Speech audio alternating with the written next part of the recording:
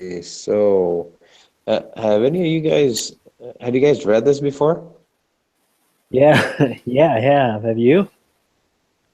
Yeah, I had it in a class years ago. Yeah, me too.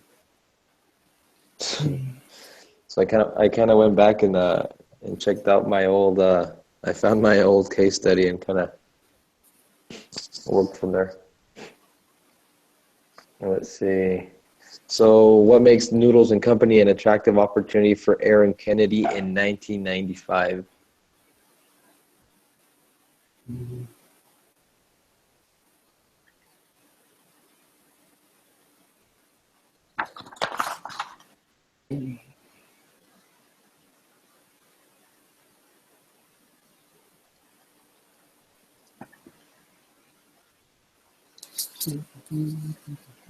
What was going on in 95?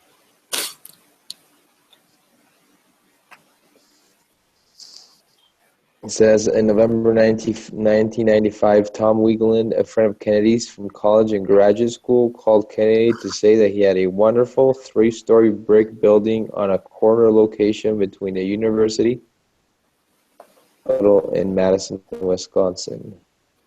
Mhm. But was it your? So he, Wasn't that? Go ahead. so he, Oh, go ahead. he got he got an investment for 250,000 or a 250,000 loan that would convert to equity. Um, was that their second store or I think first? that was their second store, right? It was their second. Well, in '95, they in October they opened the first one. Yeah, In November, they opened the second one and got that loan for 250 grand. yeah. They were running out of money, so that like kind of came through at just the right time. Even though it was So the yeah, the case said that it was earmarked for that store, but they didn't have to use it all for that. But,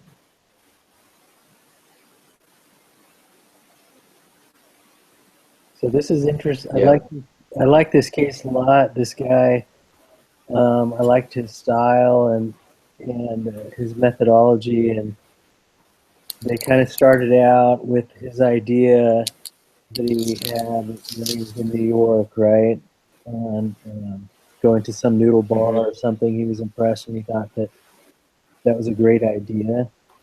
I liked how he gave it a shot and it wasn't really successful, but he went back and just kept kind of honing the idea and working it, and it became successful. yeah. So I guess the attractive opportunity there was that he was able to put kind of the corporate life behind. He had already had some jobs and gained some experience, but he wasn't really into that much. It wasn't his thing, I guess. And so at this time in '95, he was able to gather a good amount of money from friends and family Yeah. uh, to start and open up the first one after having that concept, right? Like I Mhm. mentioned later that year, well, they opened the first one, the first restaurant, and later that year, like a month or two later, they're already opening their second one because one of their friends offered to get in early and had a good location for the second one. So there was a lot of growth, like a couple of months, and they're already opening two restaurants. So basically, I think that was the opportunity of something to start something for himself and grow it for himself as well. Didn't have to rely on any really on other people or Yeah, it was on interesting. that. It was interesting the job that he got. He explained to him that he's gonna be like doing this other thing, and they were still willing to like hire him and let him work for that interim period before he left to just do the restaurant 100%. Yeah, so he was still working until. Uh, then the next question says, "What caused the company's early struggles? Why do you think so?"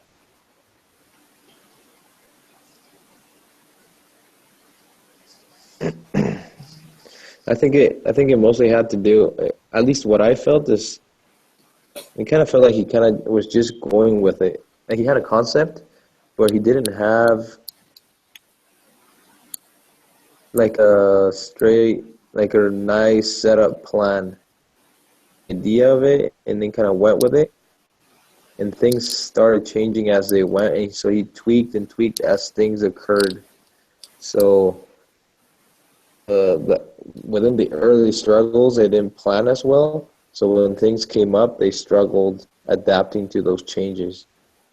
Yeah. Um, Planned a little bit better,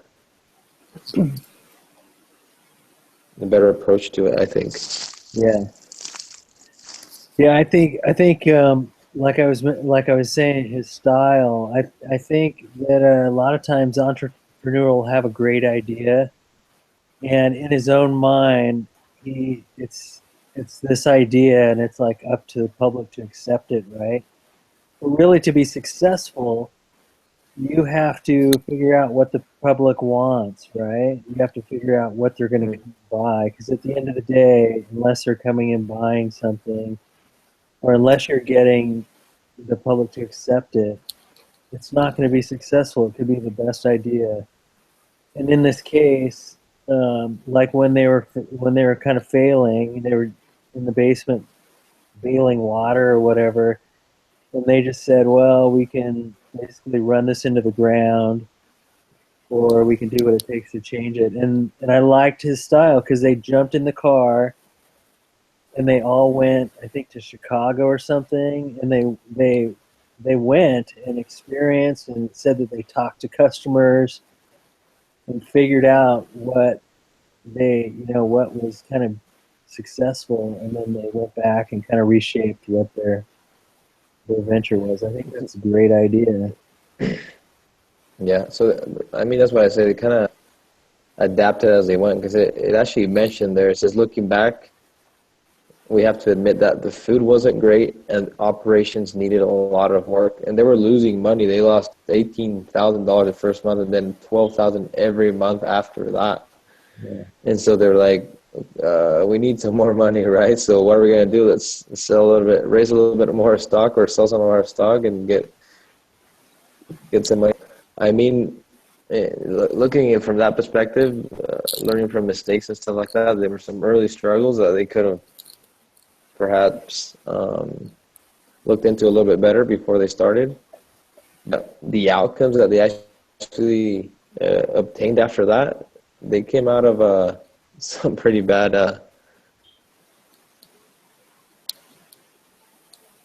So at the end, it worked out. I mean, even though it didn't seem very like the plan wasn't as intended. I got here actually that during the first months they were losing about $10,000 per month, but they didn't realize or they didn't detect this loss of money because they didn't have reporting system that could help them to see this kind of uh, changes. So and also it was a period in which this Kennedy, I think, was needed to sell 50,000 of stock to the original investors and take a second mortgage of his home because he needed to cover some necessities for his family and something like that. So I could include some kind of like a process um, that lead to this situation with different struggles for the company in these early stages.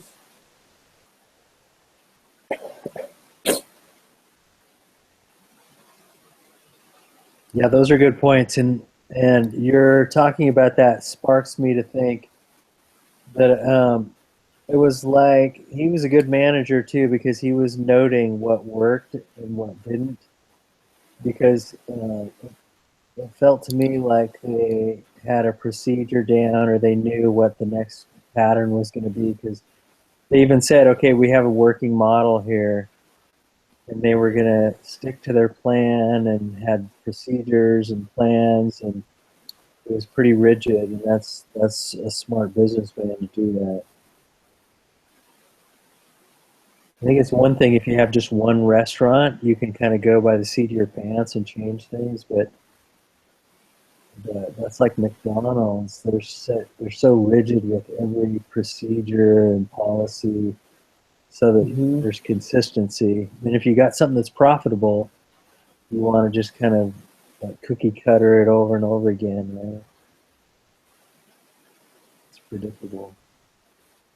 Yeah, so they needed to change different, uh, well, the concept and different um, things within the store or within the restaurant because when they opened the Madison store, the sales plummeted. And he said that, well, I remember that something that he needed to talk with customers and visited other restaurants and in order to get some ideas or rethink the strategy of the business in order to offer a better concept that could be competitive because he just not, well, Kennedy in this case was not just committed with this project, but also he has invested a lot of his personal resources. So he needed to make it work. Yeah, But I think that well, this case is a great example of this kind of rethinking or adapting because sometimes you got an idea and you think that it's okay and you go ahead, but sometimes you need to change some things. And in this case, he needed to change the concept to attract more customers and also uh, get this preference for the clients. So I think that was another good point for Kennedy and the team.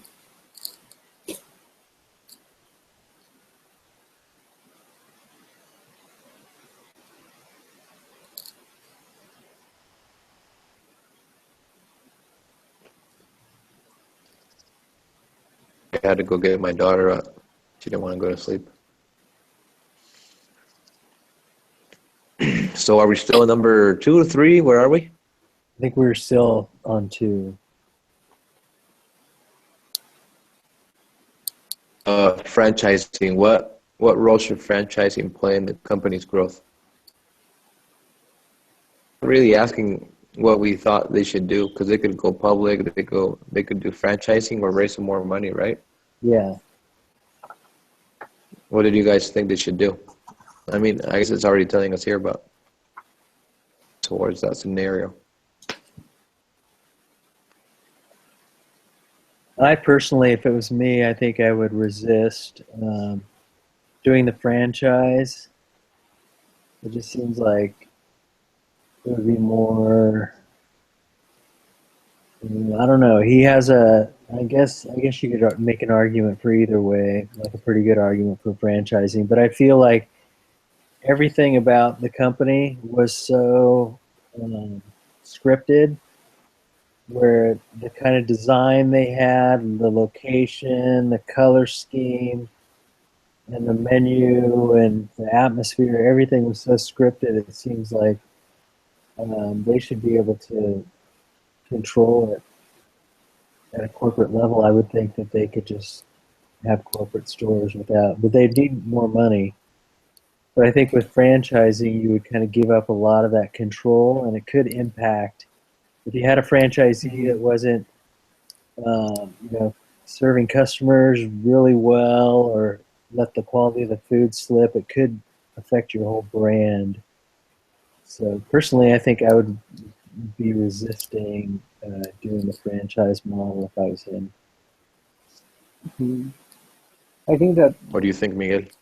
yeah, basically with the background that we have been discussing, that after they saw or he faces the different struggles in the early stages, I think that he realized the importance to get the opinion of the customers, make some polls and different analysis in order to determine which things were working and which things they needed to change. And I think that it was more, well, that he made a great uh, difference after all these different analysis, and he started getting a great results in the different stores. I think that he should remain with all the control, because franchising is not that you are losing control, but also uh, it becomes like more than a business.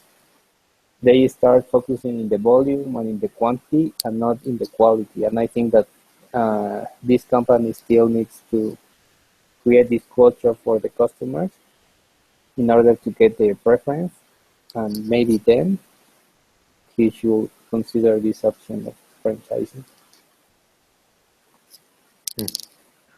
I guess I'm the odd one. I actually did go for franchising. I kind of thought of it as, I guess they struggled at the beginning, but then they were able to set up a process and kind of to replicate it in all of the restaurants. The color scheme, the quality of the food, and it was their customer satisfaction, or the way customers saw it and expected, was a very important thing for them. So to replicate that, it seemed like they had a pretty good plan in place in which they could, kind of just expand. The problem there was the money. And you can either get money by going public, kind of small for that still, or getting some investors. And I mean, they could lose a lot of equity there as well. And for me, looking at it from that point of view, is like, okay, I'm going to use someone else's money, because they might have had some money. They were doing actually pretty good by that point. That aggressive, they wanted to open 300 stores. It was really, really aggressive. I think using other people's money, people that actually would be interested in buying a franchise, a really good way to like be able to expand and to get the coverage that they wanted to get in all those stores. And then just the problem, they would be able to replicate and be able to get the same feel. But I mean, I was looking here at the exhibit 1, where it's talking about payments and sales. They doubled their sales in a year. Like, they were doubling their sales from 2000 to 2001 to 2002. They were doubling each year. They were making pretty much doubling their profit as well, close to that. So they started doing pretty good there.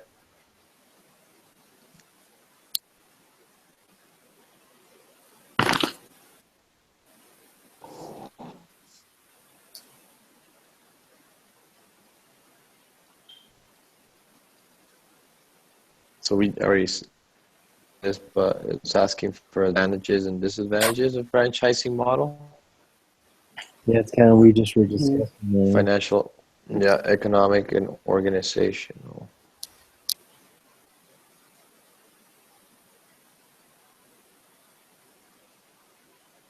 Are there many public, I mean, I guess fast food chains? It wasn't considered like 100% its own little category, right? Of people that wanted fast quality, but a little bit different. Yeah, it was exploiting this new niche too, right? The fast casual, or whatever they called it. That was kind of Fast casual, yeah. Yeah, that was kind of a new market that they had kind of tapped into, that was previously almost unknown, really. That was Chipotle, I think, or other chains like those. Chipotle had, actually McDonald's bought some, or Wendy's bought another one. And so that looking or finding specific places, like real estate, was a hard problem. And so if they wait, then these other chains or these other franchises are going to start growing, because they have big companies to back them up, while they're growing and becoming popular, but can't compete because they don't have the funds. So I think bottom line, they have to do something. They can't just wait and see what happens, because if not, they're going to eat them up. Like, competition is just going to take over. I just thought franchising would be a good idea, because you're using someone else's money. Yeah, I think you're right. How much equity you give away, I'm not sure what the differences might be if you franchise to where you might get more funding from. Because he had already gotten a lot of different Yeah. investors, right? Did it Yeah. mention what the equity was like at that point? I don't know. That's some question.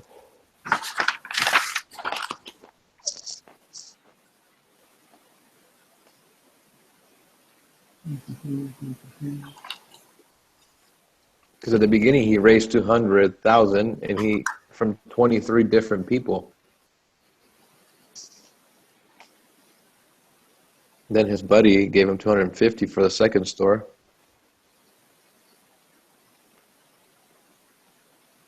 They have to raise more money after that, and they were losing all that money. So he's already gotten his rounds. I don't know how many people are actually in it. Might have been a little bit diluted already. Yeah. Who knows? So franchising does create a kind of a path to his goal where it's quick, it's quicker, and it doesn't take. It's not the great capital drain like doing the stores himself is going to be.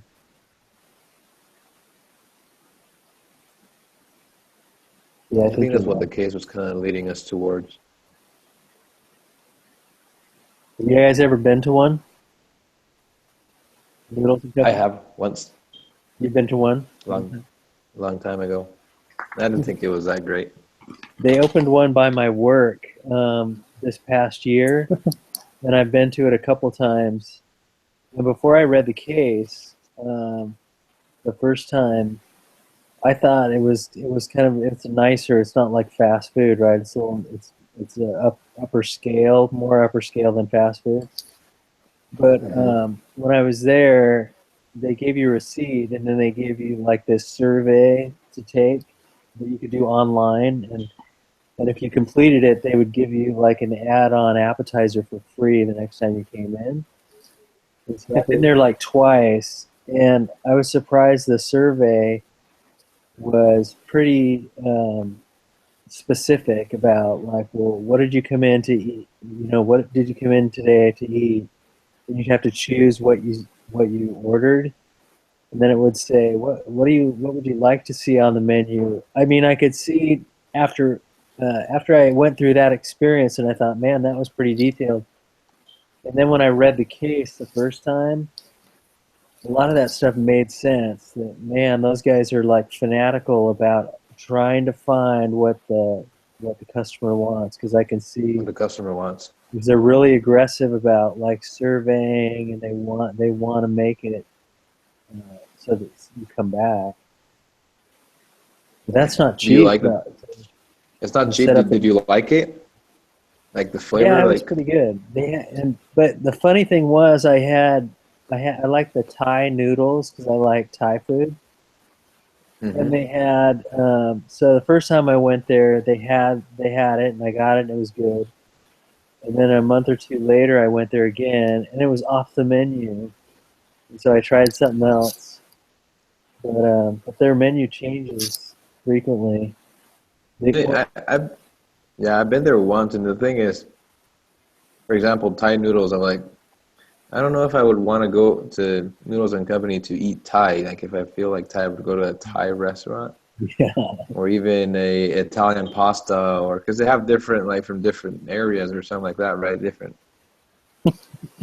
So, like, if I want Mexican, I'll go Mexican. If I want Italian, I'll go Italian. If I want Thai, then I'd probably go to Thai. I don't know, but that's what I thought. And I actually, when you mentioned that about the survey, I remember that too. but But outside that, I'm with you there on that though, because I'm like, man, do I want to go to a restaurant and pay $7 or $8 for some noodles? No. I know, like legit Thai, or I don't know. Yeah, It's still kind of like fast food, but a little better, right? yeah, it's quick. It's quick, And but and and the price is higher too. yeah, it's not super. Maybe $2 more, you just go to a sit down Thai place, Yeah, or we can go with Miguel eat some tacos, Oh yeah. some street tacos.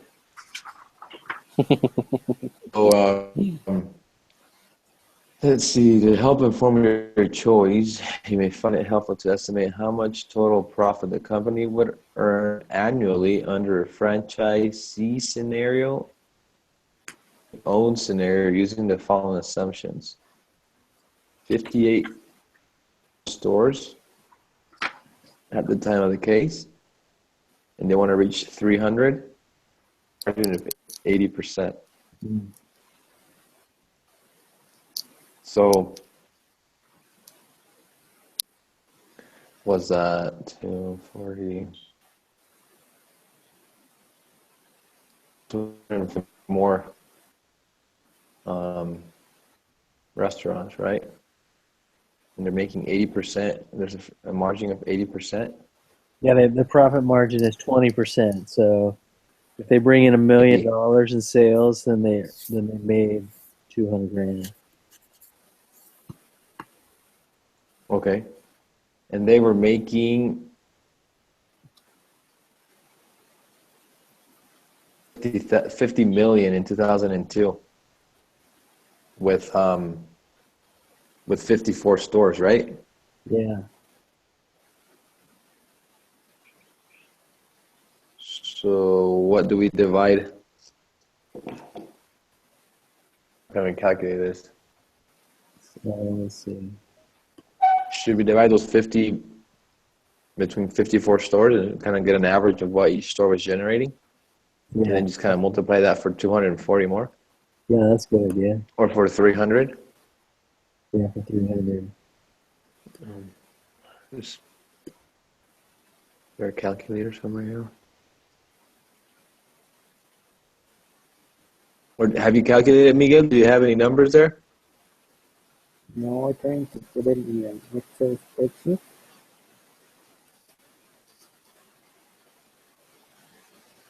Come up with the same numbers.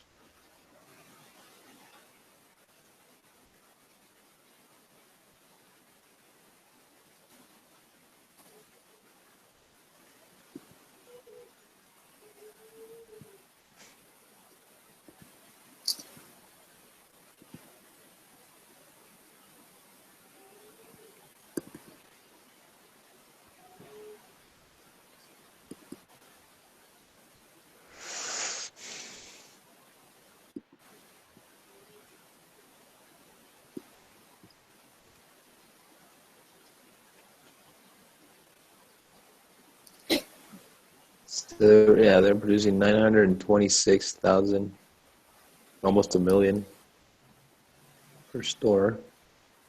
Times.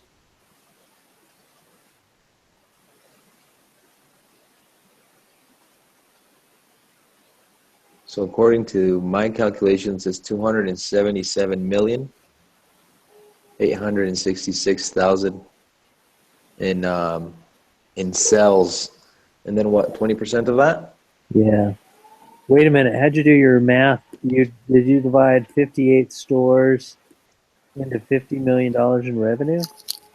No, I divided 54. So 50 million divided by 54 gives me like 960 something. 54. Okay. By I by got you. 300 gives me 277 million. Yep, that's what I'm getting to. What's 20% of that? 20%. 55 million. 56 million. 55? Yeah. But so this number, what does it represent? This is just what their sales are, because if you're a franchisee, then your store made, we're estimating 925,000 for the year. So if their operating margin is 80%, so it's not like that all that profit flows back to corporate. So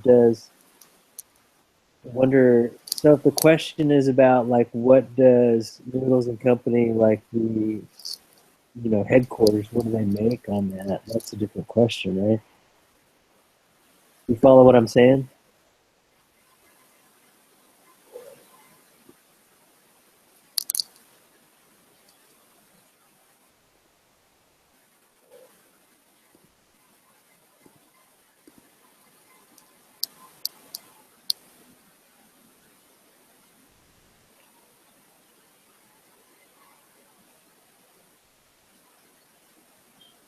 Sorry, I'm back.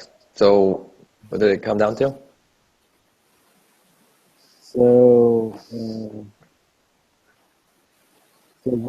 so my question was like the total profit for the company.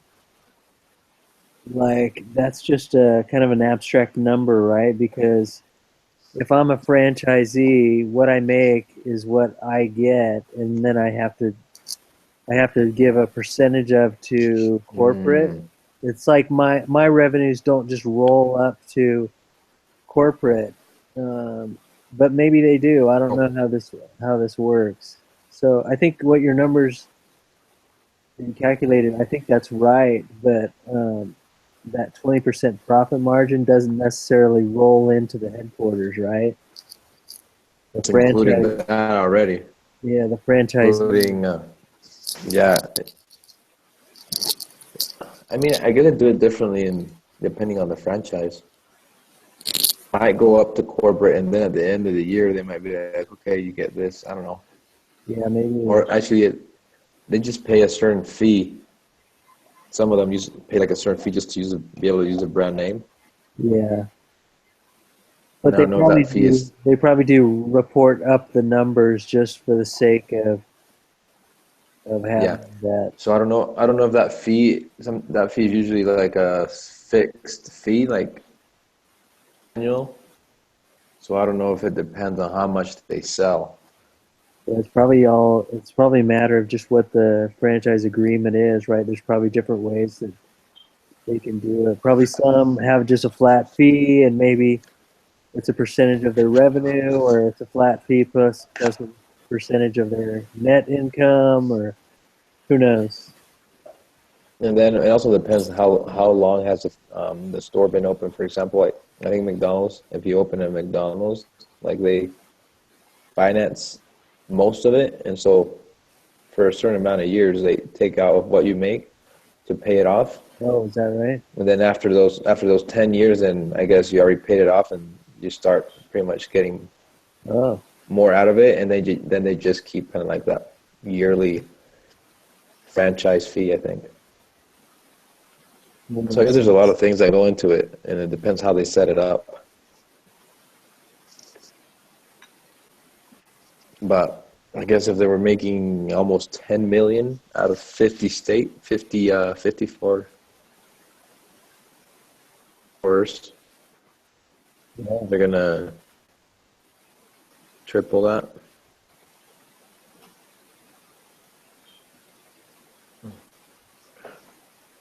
What does your spreadsheet say, Miguel?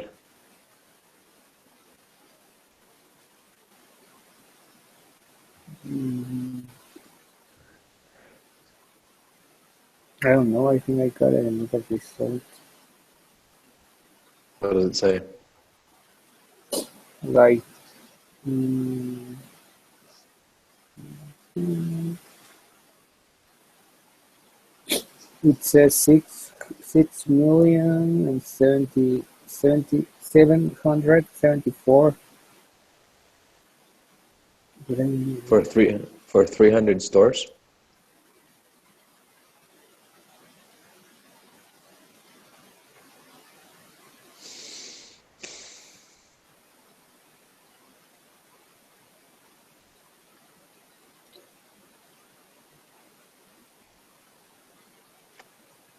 Because they're making almost 10 with 9, with 50. Almost 10 million with 50.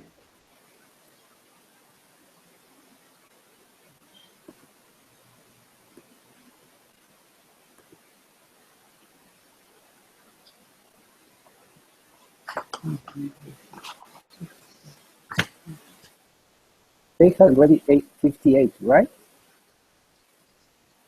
54 or 58? I thought it was 58 too, but Then is it 54 or 58? I messed up then. It might be 58. They plan to raise or reach 300.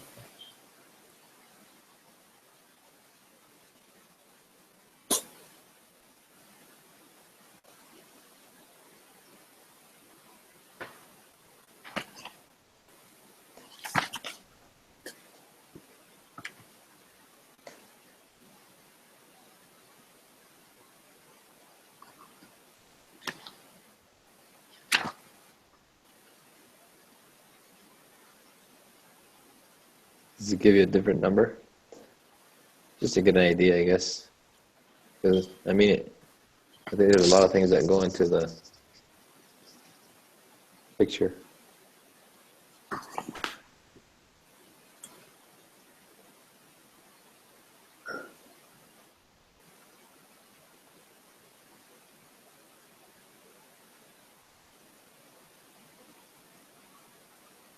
And we are assuming each store will price 1,000 per month. Is that what it says? Or does it say that?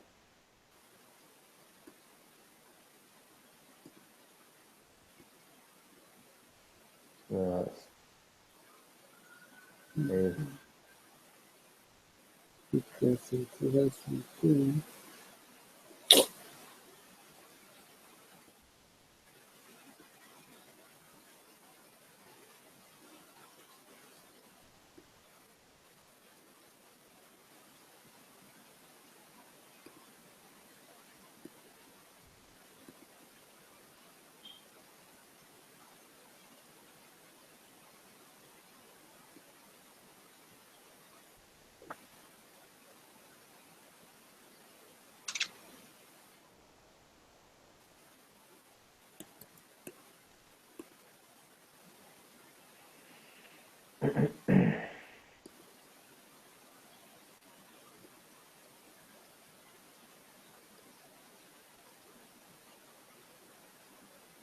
I could probably eat some noodles right now.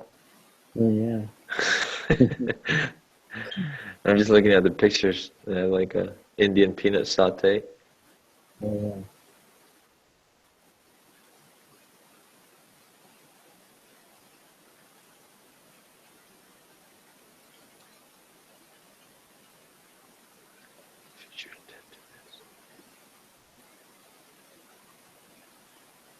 Mm. You guys seen Exhibit 8B where it says future intent to visit?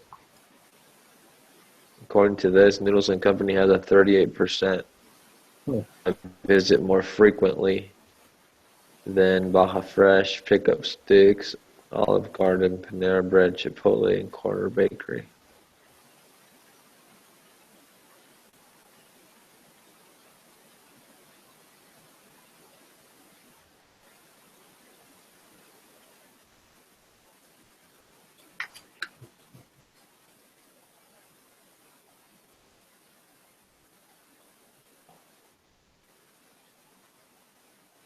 but does this store is really kind of famous over there? What's that? Does this company is kind of famous or recognized? yeah. Not that big, but I I mean, guess. you visit USA, you say, "Oh, you should go and eat in this place." I haven't heard of Pickup Sticks or Corner Bakery. I'm not familiar with those two. I've been to Corner Bakery because my in-laws like it, Oh, okay. but I've never. There's like sandwiches and stuff like that. I'm not a big fan of places like that. I'll go to Baja Fresh. Actually, I don't think they have any here in Utah.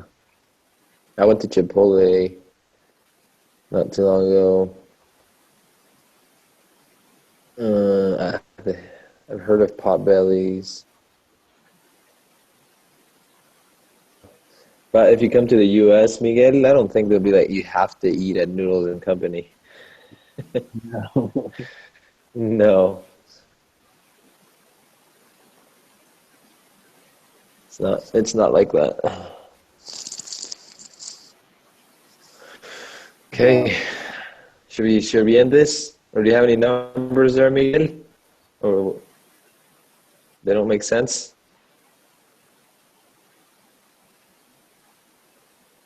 Well, I got that supposedly if we consider the 58, they should be rising about 15,000 per month each store in order to cover all the expenses. That's what they need to sell in each store to be able to cover expenses. In order, like, not to break even, to be a little bit above, but that could be like a good margin, supposedly, using the data that it's found in the exhibit 1 part B. Well, the second part of the same balance sheet. Continued. Uh-huh. Mm. So it's a lot. How much People each people eat week? out a lot here. $5 almost each plate. And how What much is do it? you Six? eat, or how much do you order? Like two of them, or just one? For example, just one pasta fresca.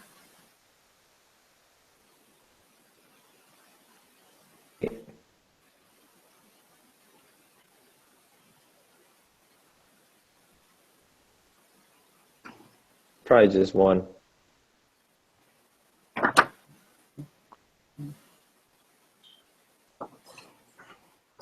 Yeah, just one. So they should be serving about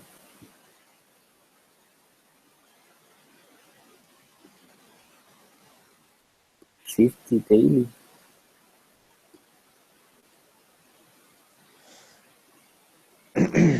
All right. Are we good? I think so.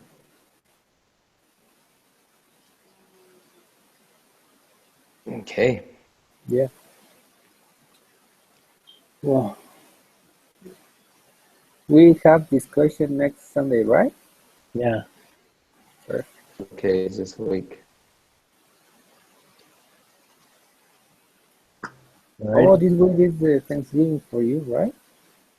No, this week? Next week. Ah, no, Next. next week. Next week, yeah. 2 cases next week, Nate?